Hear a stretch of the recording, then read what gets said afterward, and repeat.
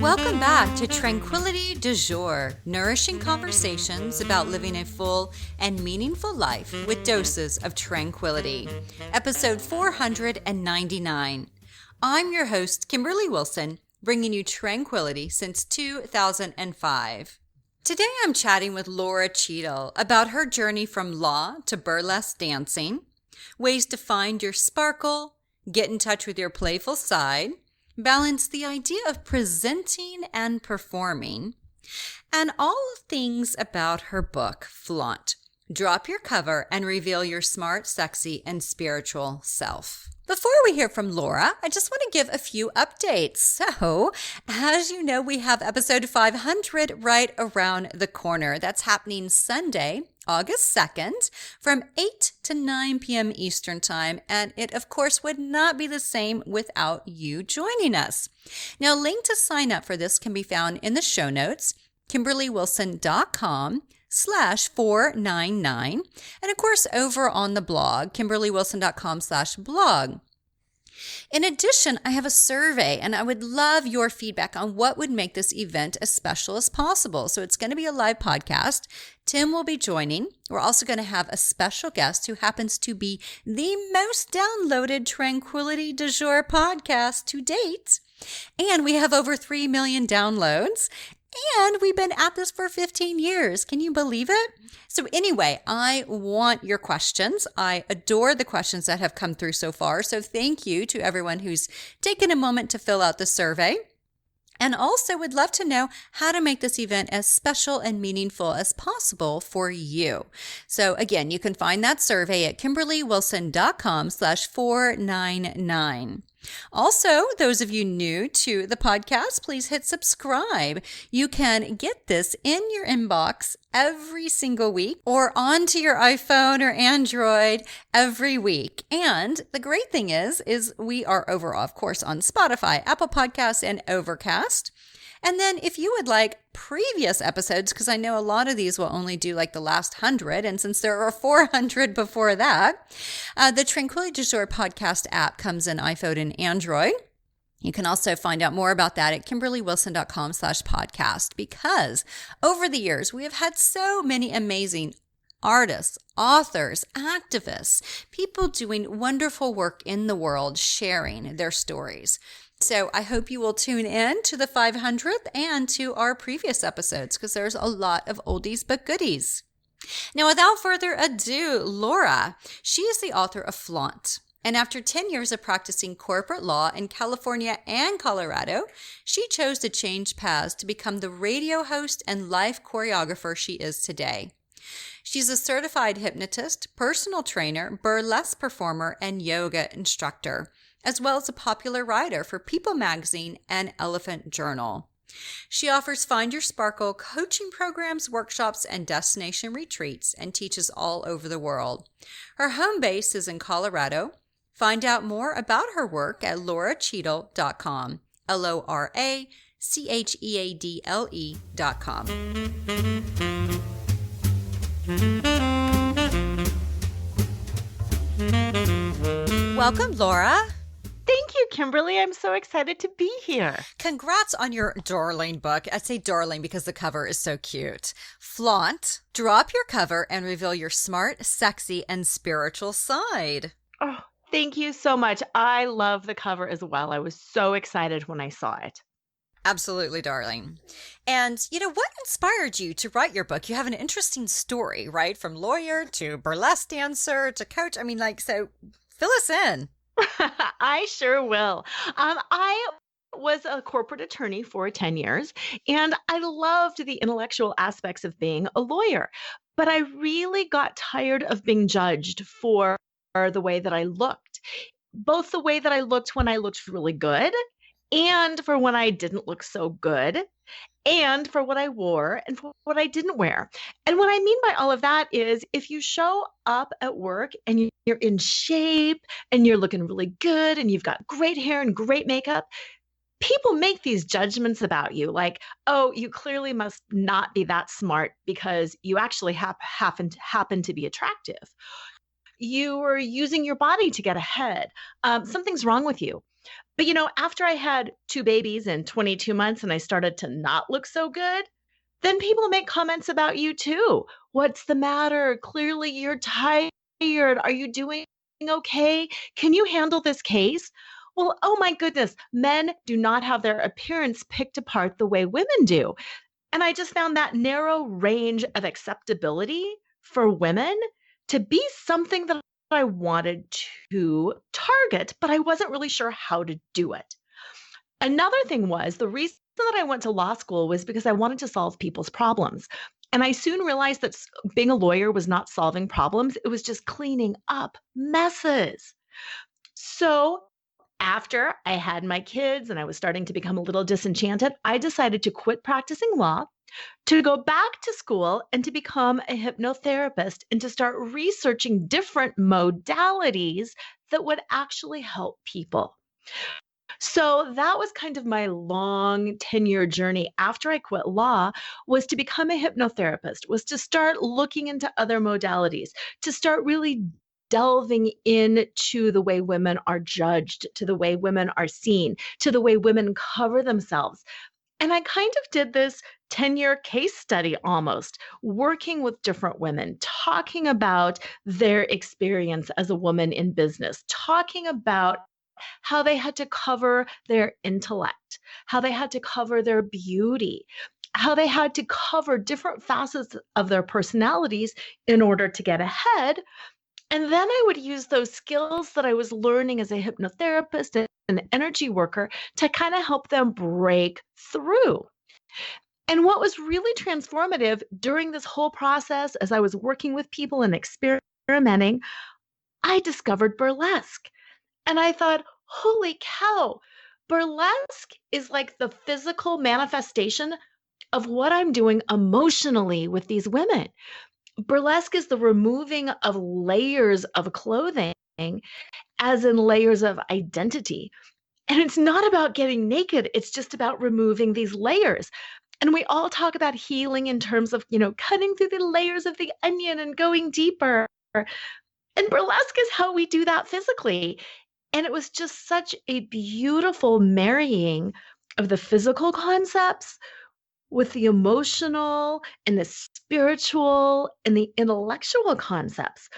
So that's kind of how that journey progressed and how I ended up and landed at the place that I am now, as a coach, coaching women how to step into their power and their beauty and their brains and their beliefs and to live fully exposed intellectually, emotionally, so they can actually be happy.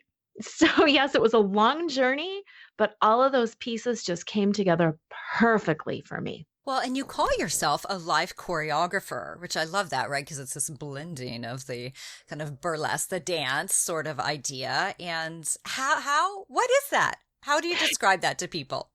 Oh, absolutely. A choreographer is somebody that takes a lot of factors that are given. So if you're a choreographer, you're choreographing for a stage. The size of the stage is set. The kinds of lights you have might be set. The kinds of costumes, the talent of the dancers. You're taking a lot of factors that are limited, and you have to bring those factors together to create this beautiful, joyful, cohesive whole dance. And I find that that's what we're really doing in our lives. Nobody can really walk away from their whole life, throw away, their relationships, their kids, their career, their education, and start fresh. So what we really need to do is re-choreograph our lives. We need to dig deep, take the pieces that we've already got and arrange them in a way that creates the kind of dance, the kind of emotional experience that we want to experience. And it is fun. And dance to me is really fun. And life kind of is a performance. And we want to create a certain emotional feel. So that's why I call myself a life choreographer, is I'm into creating emotion and feeling and beauty and joy and bringing together all of those limiting factors and turning them from negatives into positives. And how do you encourage women to find their sparkle, right? Because I think so many people can feel like, oh, I have to keep that hidden professionally or personally around certain family members or what have you. So how do you encourage people to get in touch with that and freaking live it? Oh, that is the $1,000,000 question.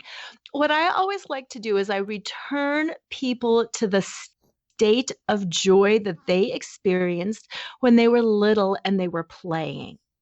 And what I mean by that is if you watch kids play, or if you remember when you yourself were little and you played, we played for the sake of joy. We didn't play to get better at something. We didn't play because we should. We didn't play for any other reason than to experience the joy that we felt when we played. And we got lost in whatever it was that we were doing, and we didn't care if people saw us. We would get so in our heads and in our bodies, and it was just this pure state of joy. Now, as adults, we're kind of told that we're not supposed to play, we're supposed to be serious. If we're going to be spending time doing something, it's supposed to be useful or functional. And we never allow ourselves to step back and just start experiencing us and our hearts and our minds and our spirits. So that's where I start with women and men too, but mostly with women, is by returning to play and by getting in touch with yourself and your heart and what you find fun. Because once we start to know who we are and what we like, then we can start moving that sparkle, that joyful nature into our real life in a way that is authentic for us. And so, how do you encourage women to do that, to get more in touch with their playful side? Like, I love what you said of just like, what is it you love? What brings you joy? And I think for many people, it can be like, oh, I've just been, so busy handling laundry and my career and my family and my pets, that it's like I haven't even thought about what brings me joy or play. And I always think about connecting to what did you love as a child? But I'm curious, how do you help people? Because sometimes it's not easy to know what that is. No, it's not easy at all. And especially I find the women who are the higher, more highly achieving women, they are so used to following the syllabus, doing what's right, that they really have lost touch with who they are. I have a couple of fun exercises, one that I talk about in my book, and it's going to the thrift store. You might have heard that song about popping tags. I just encourage women to go to a thrift store and to see what's there, not in order to buy something, but just to look around and see what makes you laugh. Sometimes you'll find yourself being drawn to like the cooking section, and you might think, oh, these are beautiful, china dishes. I love creating beauty around food. Sometimes you go to the clothing section and you find costumes and sparkle. Sometimes it's something sexy. Sometimes it's something business related. Sometimes it's something edgy. Or you might find an old musical instrument and you might start thinking, oh my gosh, I used to be so enthralled with the guitar and I completely forgot about that. What I like about thrift stores is, first of all, it's completely outside of the realm of the place that a lot of women go to. So it's a new experience. And second, you never know what you're going to find. So it's kind of a fresh thing, wherever you look. And then third, it just opens up all of these possibilities because you can find and look at some old things. And then you might start thinking, books are fun, CDs are fun. Ooh, look at this exercise equipment. I used to love this idea. I just find that it gets you into that place in your brain that you don't normally live. And also, in line with that, practice a couple of different times. That place in our brain where we don't normally live, so we're not used to being there. So some listeners might think, ooh, that sounds really interesting. I'm going to go to a thrift store, and they walk in and they go, ooh, ick, I don't get it. That's okay. Or they think, oh, when I was young, I used to try this, and they go take a dance class and they think, ooh, ick, I don't get it. That's okay. The promise of trying these things is to allow yourself to break into that brain space once again and to practice getting there, knowing that the first couple of times you go to a thrift store and you start looking around, or you get back in touch with something you love from childhood and you try it out, knowing that you might not connect with it right away and being willing to sit with that experience and think, what is it that I don't like about this? Am I uncomfortable with my body? Am I uncomfortable because I'm not supposed to like this? Because somebody told me thrift stores are for poor people and I shouldn't be here? Am I uncomfortable doing it because I don't have a goal? And just to sit with whatever emotions are coming up, because the emotions that come up from these experiences will oftentimes tell you just as much about what you learn when you're actually in the experience. I think that's such a great reminder. And who doesn't love a good thrift store? Totally. And just a heads up, all the noise in the background are my dogs trying to settle. And so it won't show up in the podcast. That will be removed. So just a heads up, if you're like, what? I don't know if you could even hear it, but I could not hear it. So good. No big deal. Okay, good. Because I was like, she's probably like, what is she doing? I am sitting here and my dog is not. So, okay. So another thing you talk about a lot, and you mentioned at the beginning, of course, is burlesque. And I just love the idea of burlesque. And I would love to hear more about how you have found it to be empowering. Like at the beginning, you talked about how, it's this idea of revealing yourself and how to get, more in touch with that by revealing your body. And so can you talk a little bit more about that and how you found that to be an empowering process? Oh, absolutely. Burlesque, first of all, for people who don't know, is a fairly old art form. And it kind of originated around, like the vaudeville circuit, and it was entertainment for the common person. And what it did is it poked fun of a lot of the moral standards of the day. So if you think back to when a woman couldn't show her ankle or her wrist or her collarbones, when that was really taboo, burlesque involves the removal of clothing to make fun of that taboo. So I just want to be very clear, burlesque is not stripping. The idea behind burlesque is not to inspire lust or, to make yourself into the sexy vixen. It's to make fun of the taboos of the culture in which we live. So by today's standard, nudity is still a taboo. If you think about it, women who show their bodies are asking for it. Women who show their bodies are easy. They're not good mothers. There's all of this taboo around showing your body. And me, as a good girl my whole life who really wanted to do the right thing, get the right education, the right job, have the right house, the right level of health and fitness, the right marriage, do right by my kids, I totally related to these taboos because it's that whole idea of you have to fit the mold in order to be perfect. And being perfect means having a flat belly and being reasonably in shape and having a clean house and a smiling face and children who are together and a spouse that's together. Well, let's face it, none of us really are like that. We all try, but none of us are like that. So burlesque takes that ideal of the perfect woman and it allows you to strip out of that. So for me, being able to show my 50-year-old mom body, to be able to say, yeah, I'm still in reasonably good shape, but here's my stretch marks, here's my flab, here's my cellulite, here's the sags and bags because I haven't had time to work out, here's my dark circles, but I love dancing and I love dancing and being on stage. So here, watch me dance in all of my imperfect glory. That to me was so empowering. And what I didn't realize when I started dancing, because I started dancing for me, because I wanted to do it and I was going to be brave and I didn't care. I realized, oh, I am enough. no, no, no, I am more than enough. I don't have to be perfect. The fact that I'm doing this is the only thing that matters. It doesn't matter how I look. People are applauding me anyway. And then after the shows, women would come pouring up to me crying, and they would grab my hands and they would say, "Thank you.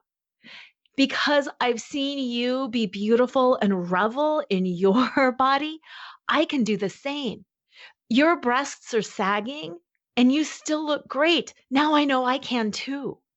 You have a flabby stomach and you were still shaking it and you shook that flab and you owned it and it was amazing. I think I can do that too." And there is such peace and power in knowing that none of us are perfect. The only thing that matters is getting up there and living and doing what you love. One of the pieces about this that I really appreciate is just this idea of embracing who you are and how you show up. And there's one word that you said earlier about life being a performance. And I wonder too, this is something that as a therapist that I struggle with sometimes with clients of the challenge between performing and presenting. And how like sometimes we do have to perform, right? I mean, clearly if you're on stage or even, say you're a therapist and you've had like a horrible day, you don't show up and bring that to the exchange with a client. You have to perform, right? If that's not how you're feeling, you just got a horrible news, a phone call or something. It's like, and yet it's so important also to be able to present, right? To show as you are in appropriate settings, right? Yes. And so I wonder, how do you encourage women to balance that, within your framework? Because it's tricky.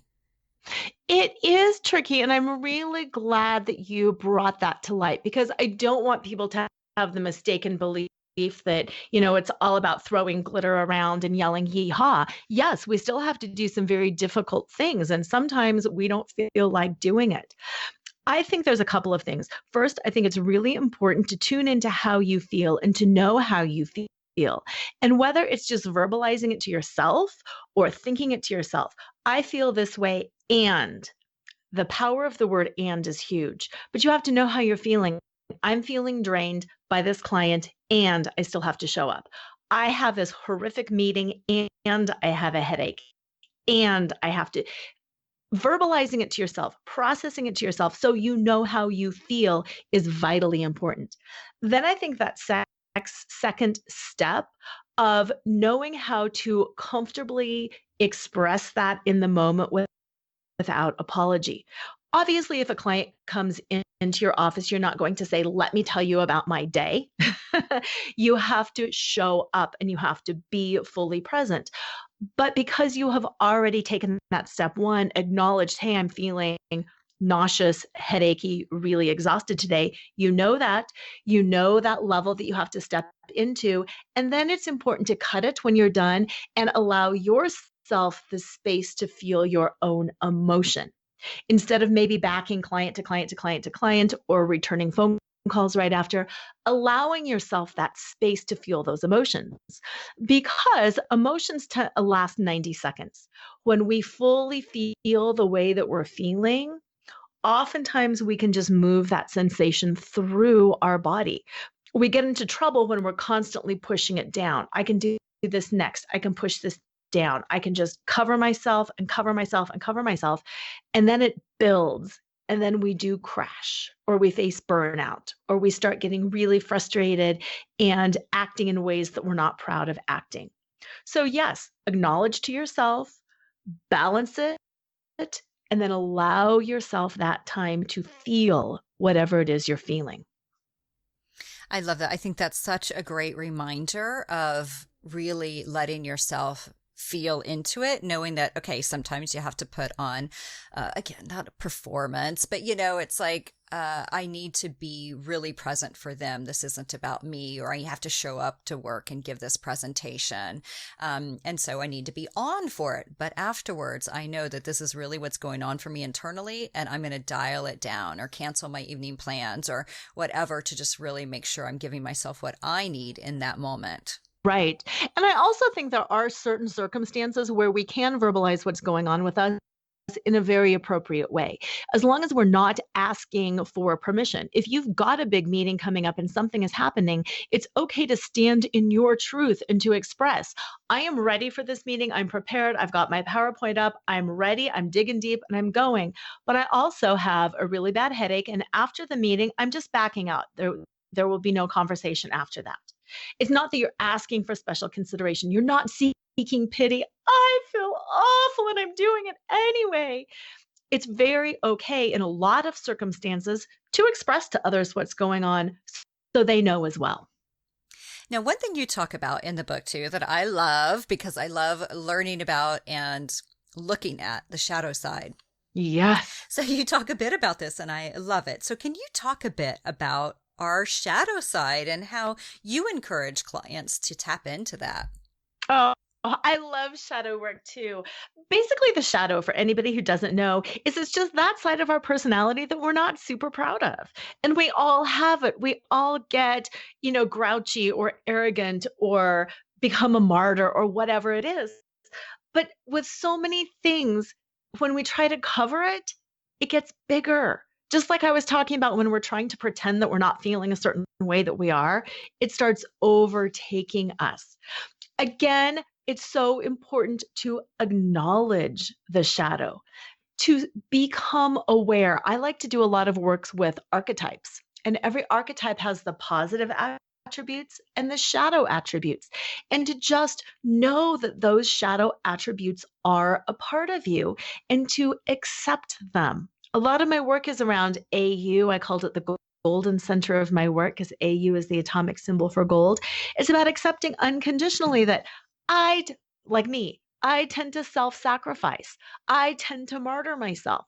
That is my default shadow side. I know it. I express it to others when I find myself moving into that place. And then we can laugh a little bit about it. You're doing it again, Mom. Oh, you're right. I am. Give me some time. I will pull myself back out of it. And one thing that I have my people do a lot is if you've ever seen those oracle cards, like with a picture of an angel or a goddess, I have them do a picture of themselves and write their own positives and write their own negatives on it as a reminder that, okay, I do have a tendency to do this and I don't want to go there. So much of my work just involves acknowledging it and not apologizing it and not feeling shame for it. Every human on the planet has a shadow side. Every human on the planet has undergone a tremendous amount of stuff. And we're all damaged and we're all confused. And we all have that shadow. And just acknowledging it, shining the light on it, talking about it to people that we trust and love, and laughing about it. Laughter is so healing. Laughter is good. It's good for the belly. It's good for the soul. Yes. Now, if readers could take one thing away from your book, what is it that you're like, this is what I want people to know or see or experience or hear? Oh, I love that question. There's so much in that to allow yourself to truly be seen for who you are, that you will be loved and you will be accepted. There is no fear in showing who you are. You will only be loved. And the people who don't love you aren't the people that you want in your life anyway.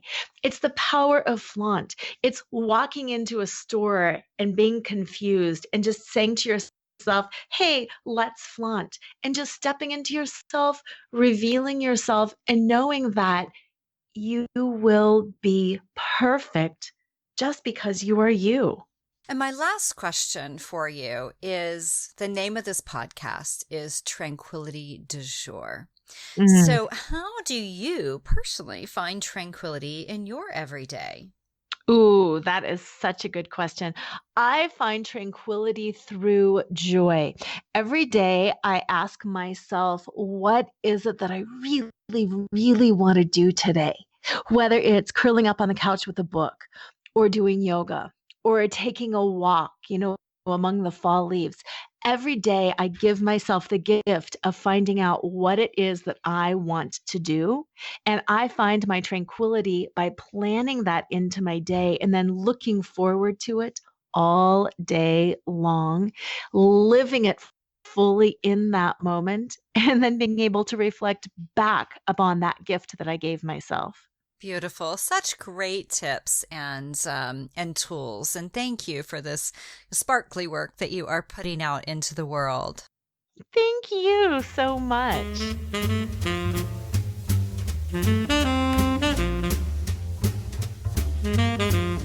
You'll find a link to find Lora, lots of links to her website, podcast, Instagram, Twitter, and Facebook over at KimberlyWilson.com/499. Also links for us to connect. We've got the TDJ Insiders Facebook group where I share resources, you can get inspiration, make connections, and be part of the online book club, which we are finishing up Untamed by Glennon Doyle. And I have about 20% of the book left. I am loving it so far and am eager to hear what you all are thinking. So please share your thoughts over in the Facebook group. If you're new to Tranquility du Jour, a huge welcome, and you can find out more about us at the Learn More Here button over in the show notes. Also sign up for weekly love notes. So each Tuesday, I send a little invite for whatever might be coming up, inspiration, videos, podcast links, etc. Also, there's a link to my 6 books and planner in the show notes, ways to follow along on social media, a link to my clothing line, Tranquility, which is seasonless, vegan, locally made, eco-friendly, and so yummy feeling. And also, if you have a moment to share a review of this podcast on iTunes or any of my books on Amazon or Goodreads, would be so grateful, and I may just share it here on the show. Details at KimberlyWilson.com/review. All right. Well, thank you so much for tuning in. As always, a delight to be with you. I can't wait to see you on Sunday for our 500th episode. And thank you for inviting me and my guest into your day. Be sure to subscribe so you don't miss an episode. Have a great week. Namaste.